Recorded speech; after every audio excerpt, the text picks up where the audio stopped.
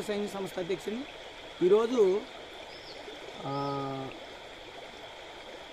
రాజమండ్రికి దగ్గరగా మనం అలాగా జీకే వీధి మండలం రావాలంటే 180 కిలోమీటర్లు. అలాంటిది ఇలా దగ్గరగా ఉయ్యరామవరం, సౌడి దిబ్బలు మీదుగా అడవిలోంచి ఇలాంటి ఇప్పుడు చెక్క వంతుల మించి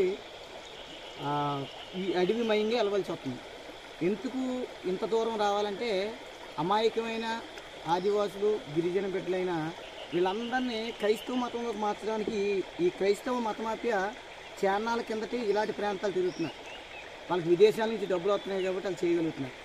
నేను కనీసం సోషల్ మీడియాలో వీడియోలు పెట్టలేను, కానీ నేను చేసే కార్యక్రమాలు చూసి కూడా మన సంస్థకు సపోర్ట్ చేయలేకపోతున్నారు చాలామంది. దయచేసి అర్థం చేసుకొని దగ్గరగా 250 మందిని పైగా మనం సనాతన ధర్మంలోకి తీసుకొచ్చాం. ఇలాంటి ప్రాంతాలు ఇప్పుడు నేను ఒక్కడే వచ్చాను ఈ అడవిలోకి.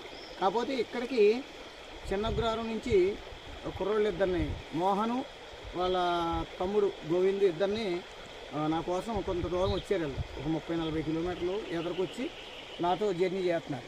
అంటే ఇలాంటి అడవి ప్రాంతాలు నేను ఎందుకు తిరగాలి? రాజమండ్రిలో అందంగా హ్యాపీగా ఉండొచ్చు కదా, నేను కూడా సోషల్ మీడియాలో వీడియో పెట్టుకోవచ్చు కదా. కానీ ఈ దేశం కోసం, ఈ ధర్మం కోసం, మన ధర్మం ప్రకారం ఏదో చేయాలని ఒక మంచి ఉద్దేశంతో వస్తున్నాను.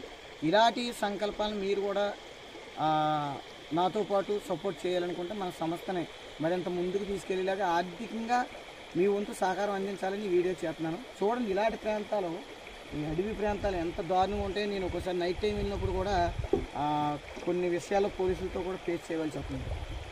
అంటే ఎక్కడి నుంచి ఎందుకు వస్తున్నారు ఇటని అడుగుతారు, ఎందుకంటే వాళ్ళకి అది రూల్స్ ఉంది కాబట్టి.